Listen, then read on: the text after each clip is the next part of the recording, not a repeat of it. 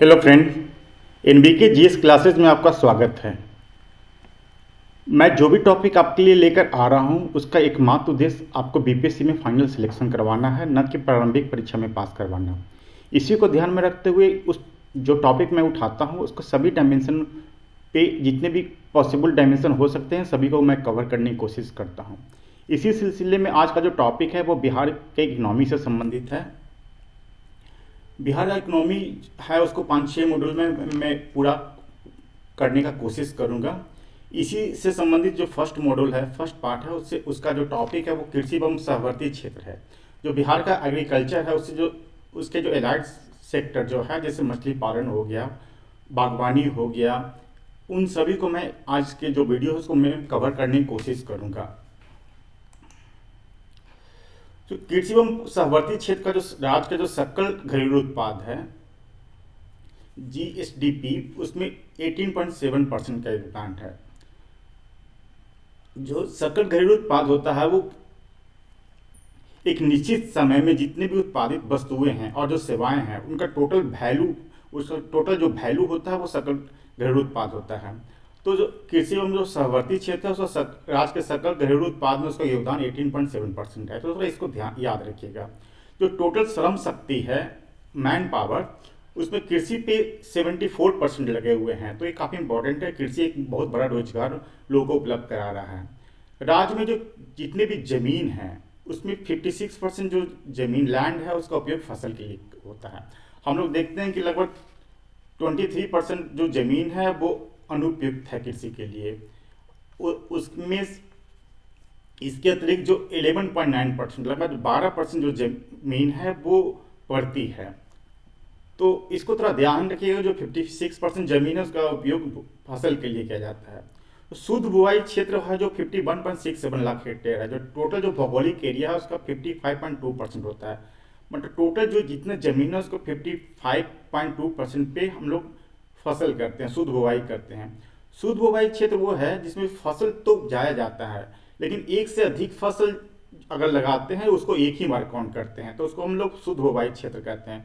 लेकिन सकल क्षेत्र वो हो गया कि अगर टोटल जो फसल होता है वो एरिया होता ही है, साथ ही अगर एक जमीन पे एक से अधिक फसल उपजाते हैं तो उसको भी हम लोग काउंट कर लेते हैं। तो वो एरिया हो गया वो 74.06 लाख हेक्टेयर, मतलब लगभग 23 लाख हेक्टेयर जमीन पे हम लोग एक से अधिक फसल उपजाते हैं। इसी का जो फसल सघनता होता है वो 144%, मतलब 100% जमीन है लेकिन 44% हम लोग अधिक और उपज उपजाते हैं, मान एक से अधिक फसल हम उसको लगाते हैं। सर्वाधिक जो शुद्ध बुवाई क्षेत्र है वो है पूर्वी चंपारण में 2.8 लाख हेक्टेयर और सबसे कम शिवहर में है। तो कितना लाख हेक्टेयर है वो याद रखने की आवश्यकता नहीं है, लेकिन ये देखिए कि शुद्ध बुवाई क्षेत्र सबसे ज़्यादा कहाँ है, तो पूर्वी चंपारण में। तो ये थोड़ा समझने की आवश्यकता है, एक क्वेश्चन इससे आ सकते हैं।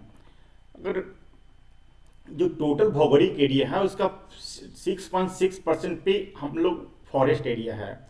अब अगर टोटल देखते हैं तो 6.22 6.22 लाख हेक्टेयर, मतलब 6,22,000 हेक्टेयर पे वन क्षेत्र है। जो टोटल जो एरिया भौगोलिक एरिया उसका 6.6% है। तो इसको थोड़ा याद रखिएगा, इसलिए मैंने रेड कलर से इसको डिनोट कर दिया है। जो सबसे ज़्यादा जो जंगल है, फॉरेस्ट है, वो 4 डिस्ट्रिक्ट में है। कैमूर सबसे ज़्यादा जंगल वहाँ पाया जाता है, फॉरेस्ट एरिया। उसके बाद जमुई, उसके बाद पश्चिम चंपारण, उसके बाद गया। ये चारों डिस्ट्रिक्ट मिला के जो टोटल जो बिहार में जो फॉरेस्ट एरिया उसका 60% लगभग कवर हो जाते हैं। तो ये काफ़ी इंपॉर्टेंट है कि सबसे ज़्यादा फॉरेस्ट कहाँ पाया जाता है, तो ये 4 जिले में है। उसमें सबसे अधिक कैमूर में, तो इसको थोड़ा याद रखिएगा। कैमूर वहाँ 1.13 लाख हेक्टेयर है। ये विविध पेड़ों वाला बागान क्षेत्र 2.48 हेक्टेयर। ये विविध पेड़ों वाला बागान वैसा क्षेत्र है जिसमें कि फल या बागान फॉरेस्ट्री उपजाया जाता है, लेकिन शुद्ध बुवाई क्षेत्र में इसको हम लोग काउंट नहीं करते हैं, लेकिन इसमें कृषि की जा सकती है। तो वही हो गया विविध पेड़ों वाला बागान, विविध पेड़ों बागानों वाला क्षेत्र। ये है 2.48, शुद्ध बुवाई क्षेत्र से अलग है। यहाँ पे इसका जो कुल क्षेत्रफल है वो 2.7% है। इसमें से जो अस्थाई चारागाह वही होंगे जहाँ पेड़ पौधे होंगे। तो इसमें से विविध पेड़ बागानों वाला जो क्षेत्र है उसका मात्र 0.2% है वो अस्थायी चारागाह है जो जिसका उपयोग पशुपालन में हम लोग करते हैं। अगर टोटल ज्योग्राफिकल एरिया देखा जाए तो कुल भौगोलिक क्षेत्र जो बिहार का है उसका 3.52 लाख हेक्टेयर वो जल संसाधन है। मतलब इसमें तालाब हो गए, नदी नाले हो गए, चौर हो गया, तो ये सब एरिया है वो 3.52 लाख है। जो टोटल भौगोलिक एरिया है उसका 3.8% है। तो कृषि जोत का जो आकार है वो 0.39% हेक्टेयर है, तो काफ़ी कम है जो कृषि जोत का आकार 0.39 हेक्टेयर, जो कि राष्ट्रीय औसत है वो इससे काफ़ी ज़्यादा, लगभग 3 गुना इससे ज़्यादा है, 1.08 हेक्टेयर। इसलिए हम लोग इसको देखते हैं कि जो लघु में सीमांत किसान है उसका परसेंटेज है 97%। जो सीमांत किसान वैसे किसान हैं जिनका कि जमीन 1 हेक्टेयर है उससे कम हो। इसमें अगर वो बटाई पे लेते हैं या उनका खुद का हो उसको काउंट किया जाएगा। उस अनुसार जो लघु किसान है उनका जो जमीन है वो 1 हेक्टेयर से अधिक और 2 हेक्टेयर से कम होना चाहिए। इसमें भी अगर वो लघु किसान हैं जो अगर बटाई गाड़ी पे जमीन फसल करते हैं या उनका खुद का हो तो उसको भी काउंट किया जाएगा। तो देखते हैं लघु एवं सीमांत किसान का जो परसेंटेज है काफ़ी ज़्यादा है, 97%। अगर ओवरऑल इंडिया की बात करते हैं तो लगभग 80% ये आता है। तो ये काफ़ी इंपॉर्टेंट है, इसको थोड़ा ध्यान रखने की आवश्यकता है। जो बिहार का जोग्राफिकल एरिया देखते हैं, जो कृषि है जो जलवायु से काफ़ी ज़्यादा प्रभावित होता है। हम लोग देखते हैं कि यहाँ पे जो एरिया है वो जरूर मिट्टी है, काफ़ी ज़्यादा बाढ़ आते हैं तो ये काफ़ी उपजाऊ होती है, लेकिन उसके साथ साथ मानसून का भी बहुत बड़ा प्रभाव होता है। तो इसको मानसून के पॉइंट ऑफ व्यू से इसको बिहार को 3 एरिया में वो डिवाइड करते हैं। एक है 8 जिलों वाला सीमांचल जो क्षेत्र होता है, उत्तर पूर्वी क्षेत्र। हम लोग देखते हैं यहाँ पे सुपौल हो गया, मधेपुरा, सहरसा, पूर्णिया, अररिया, किशनगंज, तो ये सब जो सीमांचल का जो 8 डिस्ट्रिक्ट है जो उत्तर पूर्वी क्षेत्र है। इसके अलावा जो 13 जिले जो उत्तर पश्चिमी क्षेत्र के हो गए वो हो गए। इसके अलावा 17 जो जिले हैं वो दक्षिणी क्षेत्र के। तो ये भी इंपॉर्टेंट हो जाता है आपके प्रारंभिक परीक्षा पॉइंट ऑफ व्यू से कि गंगा के दक्षिण में कितने जिले हैं, तो 17 जिले होते हैं। तो इसको थोड़ा याद रखिए कि जलवायु क्षेत्र से बिहार का जो लैंड है उसको 3 भागों में बांटा गया है, उत्तर पूर्वी क्षेत्र, उत्तर पश्चिमी क्षेत्र और दक्षिणी क्षेत्र। अब हम लोग फसलों की उत्पादकता पे आते हैं। तो कुल खाद्यान्न होता है बिहार में वो 163 लाख टन होता है, तो इसको थोड़ा याद रखने की आवश्यकता है, 163 लाख टन। और चावल के उत्पादन में हम लोग आते हैं तो 3 शीर्ष जिले हैं, वो रोहतास है, औरंगाबाद, कैमूर, लेकिन सबसे अधिक उत्पादकता रोहतास जिला में होता है। उत्पादन और उत्पादकता 2 टर्म है। उत्पादन मतलब टोटल फसल कितने होते हैं उसको हम लोग उत्पादन कहेंगे, लेकिन उत्पादकता ये हुआ कि प्रति हेक्टेयर कितना उपज होता है उसमें उत्पादकता हो गया।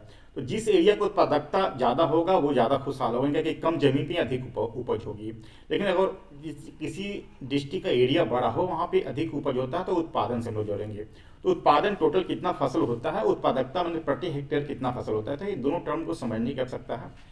ये हम लोग रोहतास, औरंगाबाद, कैमूर, तो हम लोग यहाँ पे जो लाख टन, जैसे रोहतास का 9.2 लाख टन, तो इसको सिर्फ हम समझने के हिसाब से इसमें दिए हैं कि क्रोनोलॉजी अगर आता है तो आपको समझने की आवश्यकता है कि कभी कभी ये होता है कि आप लोग इसको सजाने के लिए सबसे अधिक कहाँ होता है, उससे कम कहाँ पे होता है। तो इसको 3 हम लोग इसलिए डिस्ट्रिक्ट दिए हैं। अगर तीनों आप लोग याद नहीं रख सकते हैं तो कम से कम फर्स्ट वाला जो शीर्ष जिला है उसको जरूर याद रखिए।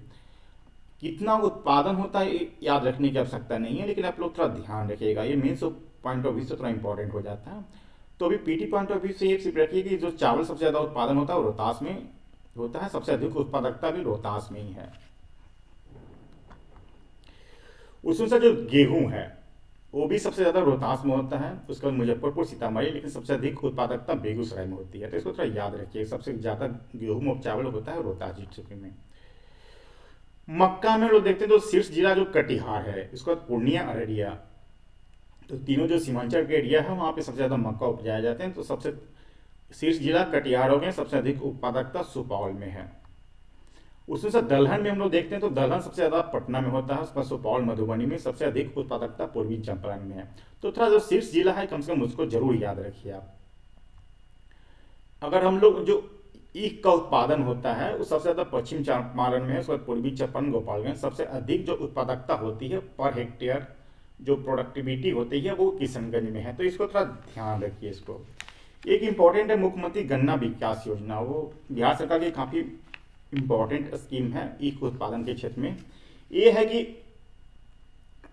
बिहार सरकार के द्वारा कि ईख उत्पादकों के लिए प्रोत्साहन योजना है। इसका लक्ष्य जो है, जो पंचायती राज संस्थाओं के माध्यम से जितने भी चुने हुए कृषक है, किसान हैं, उनको सब्सिडी रेट पे बीज वितरण किया जाता है। तो काफ़ी इंपॉर्टेंट है मुख्यमंत्री गन्ना किसान योजना। पंचायती राज संस्थाओं के द्वारा जो जो इच्छुक किसान हैं उनके बीच गन्ना का बीज वितरण किया जाता है। तो थोड़ा इसको याद रखिएगा, मुख्यमंत्री गन्ना विकास योजना। अब हम लोग बागवानी, बागवानी काफ़ी इंपॉर्टेंट है क्योंकि इसमें जितने भी लघु में सीमांत किसान हैं, मार्जिनल किसान हैं, उनको काफ़ी फायदा होता है इसमें से। तो फल जो टोटल होते हैं वो 3.2 लाख हेक्टेयर पे खेती होती है। कुल उत्पादन 42.42 लाख टन है। जो बिहार में फलों का उत्पादन होता है उसमें देखिएगा, आम सबसे ज़्यादा, केला, उसके बाद अमरूद, लीची, अनानास, पपीता, तरबूज, खरबूजा, आंवला। ये हम लोग लाख टन कितना उत्पादन होता है सिर्फ क्रोनोलॉजी समझने के लिए दिए हैं, लेकिन 3-4 चीज़ हमने जो रेट से डिनोट कर दिया इसको याद रखने की आवश्यकता है। आम सबसे ज़्यादा दरभंगा में होते हैं, केला कटिहार में। इसमें कन्फ्यूजन हो जाता है, जो हम लोग ये जहाँ मानते हैं कि हाजीपुर का केला यानी वैशाली डिस्ट्रिक्ट में केला सबसे ज़्यादा उत्पादन होता है, तो ऐसा नहीं है। केला सबसे ज़्यादा उत्पादन कटिहार में होता है। दूसरे स्थान पे वैशाली डिस्ट्रिक्ट आता है। उसमें सर लीची मुजफ्फरपुर में होता है। मुजफ्फरपुर का शाही लीची लगभग 60% से ज़्यादा जो पूरे बिहार में जो लीची होते हैं वो मुजफ्फरपुर में ही होते हैं। तो इसको थोड़ा ध्यान रखिएगा। उसमें सर अनानास जो सीमांचल का एरिया है, उत्तर पूर्व का एरिया, वहाँ पे अनानास होता है। तो क्रोनोलॉजी हम लोग इसलिए दिया है कि सबसे ज़्यादा अधिक उत्पादन क्या होता है, और उसमें सीक्वेंस में अगर समझने कर सकता है तो इसको थोड़ा ध्यान रखिएगा। तो काफ़ी इंपॉर्टेंट है ये। अब सब्जियों का उत्पादन हम लोग देखते हैं तो 160.46 लाख टन है सब्जी का टोटल उत्पादन। सबसे अधिक जो सब्जी होता है बिहार में वो आलू होता है। काफ़ी फेमस है आलू, हर एक सब्जियों का राजा बोला जाता है, हर एक सीजन में पाया जाता है। तो आलू सबसे अधिक उत्पादन होता है, उसके बाद बैगन है, उसके बाद प्याज है, फूल गोभी, टमाटर, पत्ता गोभी, लौकी। इसलिए हम लोग कितना टन उपज होता है वो हमने यहाँ पे दिया है सिर्फ समझने के लिए। तो आलू प्याज काफ़ी इंपॉर्टेंट है, इसलिए हम जो शीर्ष जिला है वो हमने यहाँ पे लिख दिया है। तो शीर्ष जिला आलू के लिए पटना और प्याज के लिए नालंदा है। ये इंपॉर्टेंट है, 2005 से ही सेंट्रल गवर्नमेंट के द्वारा राष्ट्रीय बागवानी मिशन का संचालन किया जा रहा है। और जो बागवानी मिशन है वो जो बिहार राज्य के 23 जिलों में चलाया जा रहा है। तो हम लोग ये देखते हैं जो सेंट्रल गवर्नमेंट द्वारा स्कीम चलाई जाती है वो सभी डिस्ट्रिक्ट में नहीं चलाई जाती है, क्योंकि सेंट्रल गवर्नमेंट को पूरा जितने भी स्टेट है सभी स्टेट के डिस्ट्रिक्ट में चलाना होता है। इसलिए सभी डिस्ट्रिक्ट में चलाना पॉसिबल नहीं होता है। वो सिलेक्टेड जो डिस्ट्रिक्ट होते हैं उसी को चूज करते हैं। तो जो राष्ट्रीय बागवानी मिशन के अंतर्गत 23 जिला चला है, 23 जिला में कि उसका क्रियान्वयन किया जा रहा है। अगर जो 15 जिला जो बच गए उसके लिए बिहार सरकार अपने स्कीम के तहत, मुख्यमंत्री बागवानी मिशन के तहत इसको क्रियान्वयन किया जा रहा है। इसमें है कि सब्जियों के उत्पादन के लिए जो नए नए टेक्नोलॉजी है उनको बताया जाता है, उनको प्रोत्साहन राशि दी जाती है। ऐसे मुख्यमंत्री बागवानी मिशन में जो अलग अलग बागवानी करते हैं उनको जो परियोजना लागत होता है उसको 75% अनुदान के रूप में दिया जाता है। तो इम्पोर्टेंट है ये। अब बिहार राज्य सब्जी प्रसंस्करण और विपणन योजना काफ़ी इम्पोर्टेंट है। इसमें हम लोग देखते हैं कि जो सब्जी उत्पादक है और उपभोक्ता है उन दोनों को सुरक्षा की व्यवस्था की जाती है। जो सब्जी उत्पादन है उनको उचित मूल्य मिले तथा उपभोक्ता जो है जो बाजार में जो वैल्यू का उतार चढ़ाव होता है उससे प्रोटेक्शन होता है। कैसे कभी कभी देखते हैं कि कभी कभी लोग होर्डिंग करके ब्लैक मार्केटिंग करते हैं। इसमें जो कोई भी जो सब्जी है जैसे आलू प्याज का दाम तो हमेशा बढ़ते रहता है तो उसका दाम बढ़ जाता है। तो इसी को ध्यान में रखते हुए बिहार सरकार ने बिहार सब्जी प्रसंस्करण एवं विपणन योजना बनाई है। इसमें तीन स्तरीय सरकारी व्यवस्था है। पहला ब्लॉक स्तर पे है, दूसरा जो जिला को जो समूह है संकुल स्तर, और तीसरा स्टेट स्तर पे। प्रखंड स्तर पे प्राथमिक सब्जी सहयोग समितियां बनाई गई है। जो संकुल स्तर जो जिलों का समूह है उसके में सब्जी प्रसंस्करण एवं विपणन संघ बनाए गए और राज्य स्तर पे सब्जी प्रसंस्करण एवं विपणन महासंघ बनाया गया है। इसी में हम लोग देखेंगे पहले चरण में 5 डिस्ट्रिक्ट को चूज किया जाता गया है, वो है पटना, नालंदा, वैशाली, समस्तीपुर, बेगूसराय। प्रथम चरण में 7 प्रखंड स्तरीय जो प्राथमिक सब्जी समितियां हैं उनका गठन किया गया।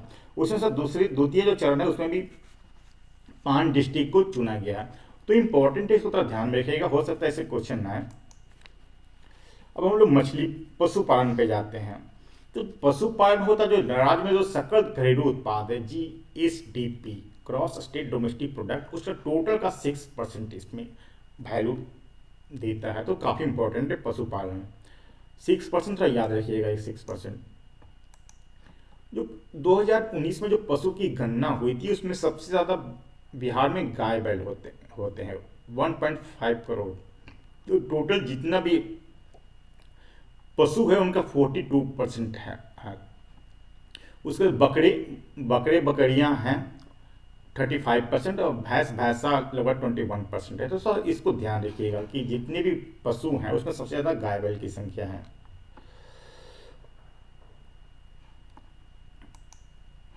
एक कॉम्फेड है, बिहार दूध सहयोग संघ। अब लोग सुधा, हम लोग पटना में काफ़ी देखते हैं सुधा डेयरी, तो इसको जो कोऑर्डिनेशन करता है वो कॉम्फेड है।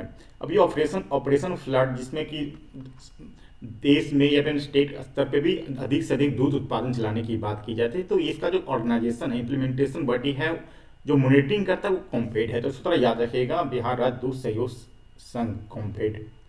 तो सबसे ज़्यादा दूध बिहार में होता है वो गाय की से ही होता है। टोटल दूध उत्पादन का आधे से अधिक 58% का जो उत्पादन होता है वह गाय से होता है। इसमें जो शीर्ष जिले हैं वो समस्तीपुर हैं, समस्तीपुर, बेगूसराय, पटना क्रोनोलॉजी में है, तो उसका कम से कम एक शीर्ष जिला जरूर याद रखिए, समस्तीपुर। भैंस से जो दूध का उत्पादन होता है उसमें शीर्ष है सुपौल। तो थोड़ा याद रखिएगा, सबसे ज़्यादा दूध का उत्पादन होता है वो सबसे ज़्यादा गाय से होता है, उसका भैंस से, उसका बकरी से। अब मछली पालन पे हम लोग आते हैं।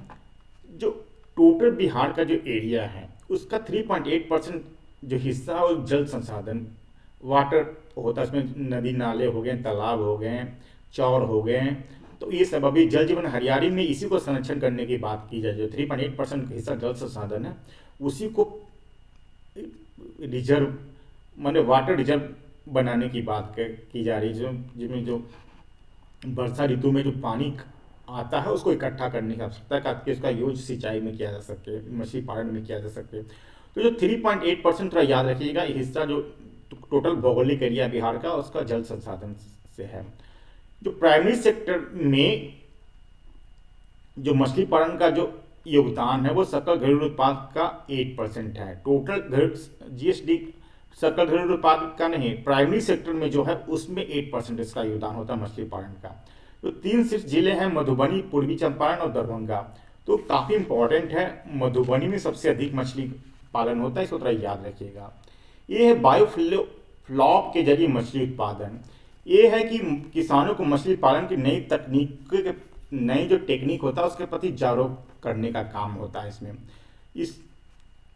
इसमें पर्यावरण को संरक्षण करने माने पर्यावरण को बिना नुकसान पहुंचाए बिना मछली का उत्पादन कम पानी में और सीमित जगह पे अधिक से अधिक कैसे हो, इस टेक्निक के इसमें बताया जाता है। तो बायोफ्लॉक टेक्नोलॉजी मछली उत्पादन में काफ़ी इंपॉर्टेंट है, बिहार सरकार के द्वारा इसके संचालन किया जा रहा है। अब हम फर्टिलाइजर की बात करते हैं, क्योंकि फर्टिलाइजर एग्रीकल्चर के लिए काफ़ी मेन कंपोनेंट है।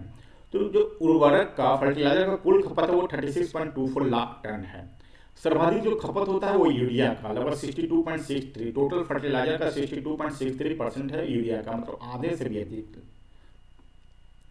तो यूरिया काफ़ी इंपॉर्टेंट है, सबसे अधिक इसी का उपयोग होता है। उसके बाद डाई अमोनियम फास्फेट का होता है लगभग 20%।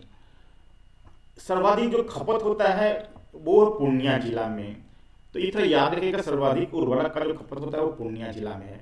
अब एक है NPK, नाइट्रोजन फास्फोरस पोटासियम, मतलब नाइट्रोजन फास्फेट और पोटास, काफ़ी इंपॉर्टेंट उर्वरक होता है। इसमें जो सबसे अधिक खपत वाले जो डिस्ट्रिक्ट है वो भी पूर्णिया, पूर्वी चंपारण, अररिया। तो दोनों में पूर्णिया इंपॉर्टेंट है। सर्वाधिक खपत जो उर्वरक का खपत होता है NPK में भी खपत सबसे ज़्यादा पूर्णिया का होता है, तो थोड़ा याद रखिए इसमें।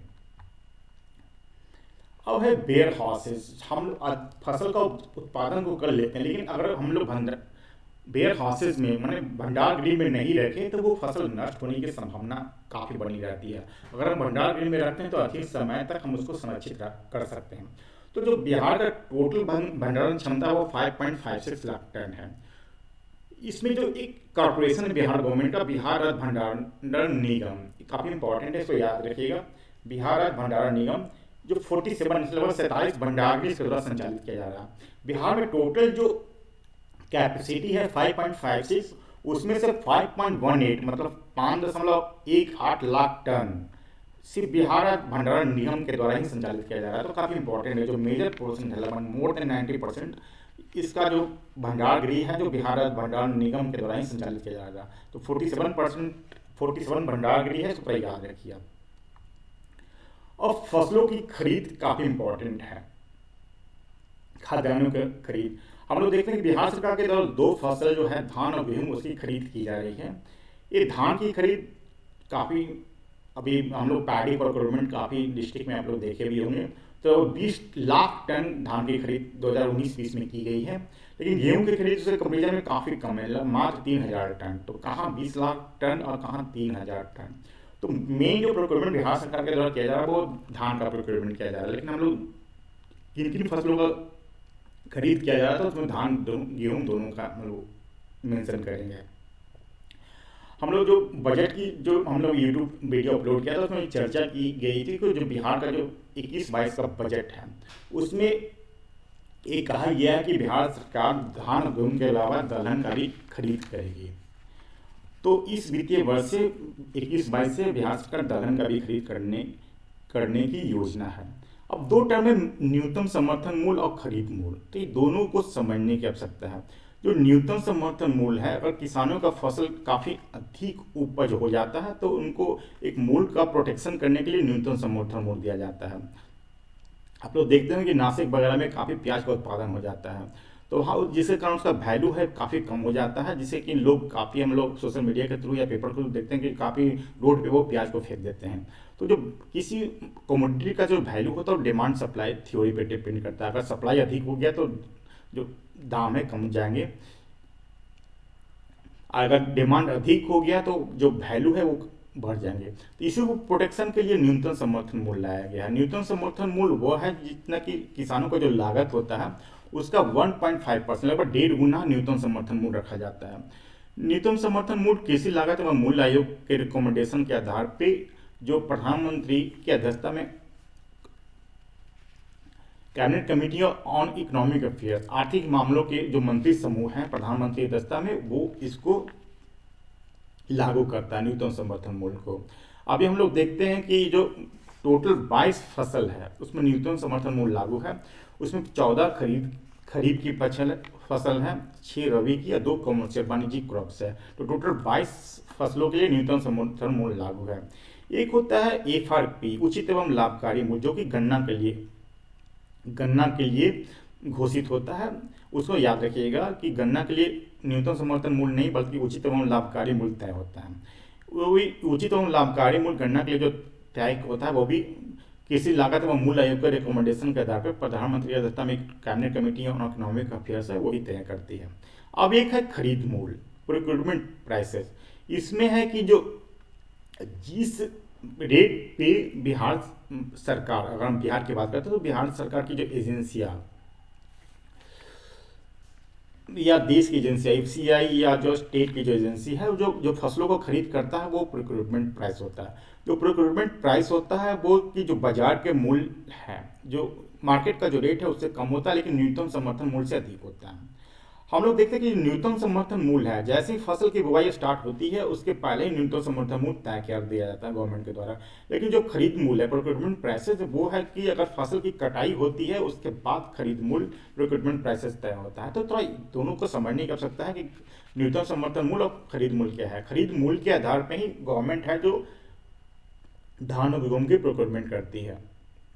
तो धान गेहूं के प्रोक्योरमेंट इस वित्तीय वर्ष से दलहन की भी प्रोक्योरमेंट करने की बात कही है, तो इसको याद रखिए इसको। अब सिंचाई, इरिगेशन काफ़ी इंपॉर्टेंट है। तो जैसे कि हम लोग पहले भी बात किए हैं कि 3.8% जो टोटल जोग्राफिकल एरिया है उसमें जल संसाधन है। इसमें सिंचाई सबसे अधिक नलकूप के द्वारा, लगभग 63% जो सिंचाई होता है नलकूप। इसमें सीट्स जो है समस्तीपुर, सीतामढ़ी, कटिहार। तो समस्तीपुर आप लोग याद रखिए जो सीट्स जिले हैं उसके बाद नलकूप के बाद नहर, उसके आधे क्षेत्र में नहर से जो सिंचाई होती है, तो नहर में शीर्ष जो है रोहतास है। और उसके बाद तालाब, तालाब की बात आती है तो सबसे अधिक नलकूप से सिंचाई होती है, उसके बाद नहर, उसके बाद तालाब। तो सर्वाधिक जो सिंचित क्षेत्र है वो रोहतास है, तो इस तरह याद रखिएगा। अब एक काफी इंपॉर्टेंट है, जलवायु अनुकूल कृषि कार्यक्रम, जो बिहार सरकार के द्वारा पायलट प्रोजेक्ट के रूप में 8 जिलों में जो एक नाम यहाँ पे दिए हुए हैं उस पर लागू किया गया है। एक्चुअली वैश्विक स्तर पर जो जलवायु परिवर्तन हो रहे हैं उसमें कृषि पर भी काफ़ी इम्पैक्ट पड़ रहा है, काफ़ी बुरा इम्पैक्ट पड़ रहा है। तो बिहार भी इससे छूता नहीं है, बिहार में भी वैश्विक जो ग्लोबल वार्मिंग है उसका भी इम्पैक्ट कृषि पे पड़ रहा है। हम लोग यहाँ पे देख रहे हैं कि जो असामान्य मानसून है, जो बाढ़ और सुखाड़ की जो समस्या है, बिहार में हमेशा देखते हैं कि एक क्षेत्र में जो बाढ़ आया रहता है दूसरे एरिया में सुखाड़ होता है। तो इन्हीं सब बातों को ध्यान में रखते हुए बिहार सरकार के द्वारा जलवायु अनुकूल कृषि कार्यक्रम लागू किया गया है पायलट प्रोजेक्ट में 8 डिस्ट्रिक्ट में। इसमें है कि जो फसलों का चुनाव किस तरह से किया जाएगा, जो उनको बोने की जो विधियां हैं, जैसे कि चावल में हम लोग श्री विधि का उपयोग करके काफ़ी बड़े पैमाने पर फसलों का उत्पादन हम लोग कर रहे हैं, चावल का उत्पादन कर रहे हैं।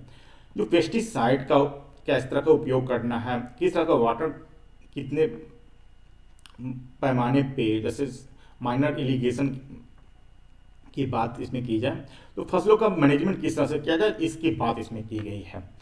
तो इसमें क्या है कि जो चार जो बिहार के जो मेन यूनिवर्सिटी है कृषि से संबंधित, ये चारों का नाम याद रखिए, इससे क्वेश्चन आ सकते हैं, जो कृषि विश्वविद्यालय कौन है। तो इनके सहयोग से इनके मॉनिटरिंग में ही जलवायु अनुकूल कृषि कार्यक्रम चलाया जा रहा है। हम लोग इसमें जो पायलट प्रोजेक्ट पर जो चलाया जाए 8 डिस्ट्रिक्ट में, उसका जो अनुभव एक अत्यंत उत्साहवर्धक है। जो फसलों का उत्पादन भी बढ़ा है, साथ साथ जो किसानों को आय है वो भी बढ़ी है। तो इसी को ध्यान में रखते हुए इसका जो अनुभव है 8 डिस्ट्रिक्ट में जो पायलट प्रोजेक्ट चलाया गया है, उसके अनुभव के आधार पर ही राज्य सरकार ने इस योजना का विस्तार सभी रबी फसल के लिए सभी डिस्ट्रिक्ट में करने की बात कही गई है। हर एक डिस्ट्रिक्ट में 5 गांव को इसमें शामिल किया जाए, माने 5 गांव को सिलेक्ट किया गया है। वहां पे जलवायु अनुकूल कृषि कार्यक्रम के तहत खेती की जाएगी। इसका फायदा ये है कि जिस 5 गांव का चुनाव किया गया है वहां पे उस डिस्ट्रिक्ट के जितने भी किसान होंगे उसमें मैक्सिमम किसानों को वहां पे ला के जलवायु अनुकूल कृषि कार्यक्रम के बारे में बताया जाएगा, लोगों के बारे में समझाया जाएगा कि जलवायु जो ग्लोबल वार्मिंग पे जो कृषि पे जो इम्पैक्ट पड़ रहा है उससे लड़ने के लिए, हम लोग अपनी फसल को बचाने के लिए किस तरह से जलवायु अनुकूल कृषि हम लोग खेती करें। इससे 2 फायदा है कि जो वर्तमान जलवायु अनुकूल में किस तरह से जो टेक्नोलॉजी इसका उपयोग करेंगे, साथ साथ जो आगे आने वाले वर्षों में जो जलवायु परिवर्तन का जो ग्लोबल वार्मिंग का जो इम्पैक्ट पड़ने वाला है उससे अपने फसलों की रक्षा किस तरह से करें। तो इससे ये काफ़ी इंपॉर्टेंट है, ताकि इससे किसानों को इस तरह से जागरूक किया जाता है, जो नए नए टेक्नोलॉजी है उससे लोगों को अवगत कराया जाता है।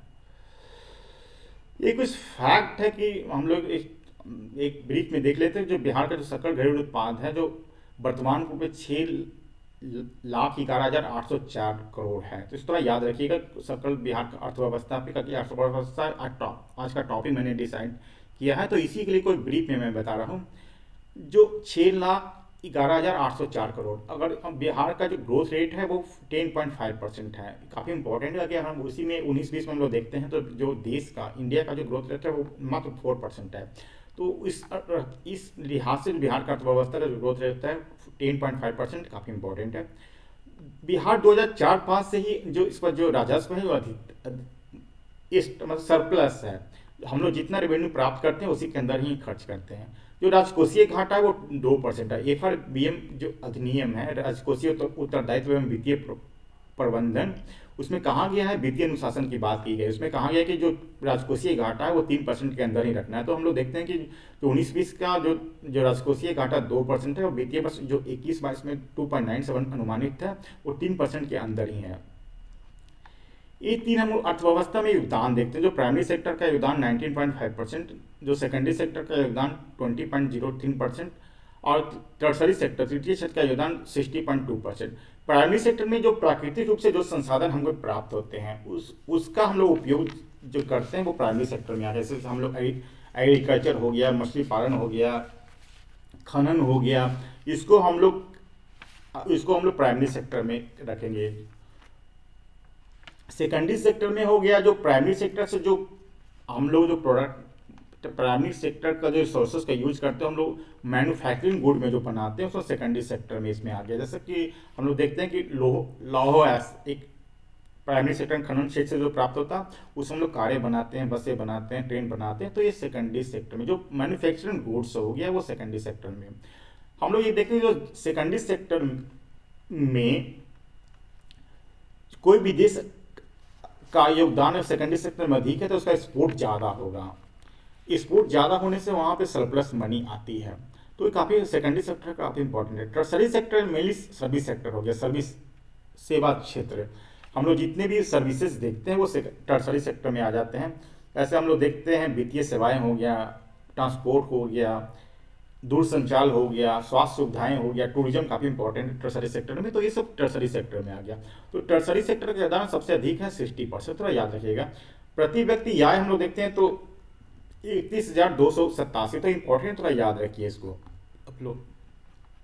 ये पहले भी चर्चा किए हैं कृषि रोड मैप का। तो यहाँ देख लीजिए पहला जो कृषि रोड मैप था वो 2008 से स्टार्ट हो गया है। दूसरा जो कृषि रोड मैप है वो 2012 से 13 से स्टार्ट हुआ था। 2012 से 17 के बीच में जो कृषि रोड मैप है जो 2017 से 22 तक अभी चल रहा है, तो इम्पोर्टेंट है। इसमें देखिए जो जैविक खेती को बढ़ावा देने पर फोकस, हम लोग अभी चर्चा किए थे कि जो बिहार में जो गंगा नदी है उसको दोनों किनारे पर जो 13 डिस्ट्रिक्ट है वहाँ पे जैविक खेती को प्रोत्साहन करने की बात कही गई है। तो ये काफ़ी इंपॉर्टेंट है कृषि रोड मैप। इसके अलावा 22 के अलावा आगे भी कृषि रोड मैप चलाने की बात कही गई है, जिसमें कि चौथा कृषि रोड मैप होगा 2022 से 27 के बीच में। तो इसमें जो अभी हम लोग किए कि जो जलवायु अनुकूल जो खेती है इसको मेन फोकस करने की बात कही गई। खासकर जल जीवन हरियाली पर भी फोकस करने की बात कही गई है कि जो जितने भी हमारे जो वाटर रिजर्व है उसको हम लोग सिंचाई में उपयोग करें, उनको प्रोटेक्ट करें। खासकर जो वेयर हाउसेज है अनाज क्षमता बढ़ाने पर भी इसमें जोर देने की बात कही गई है। ये 2-3 इंपॉर्टेंट टर्म है बिहार बजट से संबंधित, थोड़ा याद रखिएगा इसको। जो लिंग आधारित बजट जो जेंडर बजट का थी इसकी शुरुआत 2008-9 से हुई है। इसमें 10 विभागों को शामिल किया गया। इसमें मुख्य रूप से समाज कल्याण हो गया, पंचायती राज, शिक्षा, स्वास्थ्य सेवाएं, तो ये सब इंपॉर्टेंट है। इसमें टोटल बजट होता है उसमें 15% महिलाओं के विकास एवं कल्याण पे खर्च करने की बात की जाती है इसमें। उसमें सर बाल आधारित बजट तो बच्चों के पर आधारित बजट की शुरुआत 2013-14 वित्तीय वर्ष से की गई है। इसमें टोटल जो बजट है उसका 11.3% बच्चों के ऊपर खर्च किया जाता है। बच्चे काफ़ी इंपॉर्टेंट है समाज के लिए, तो इस पर 11.3% बच्चों के ऊपर खर्च किया जाता है।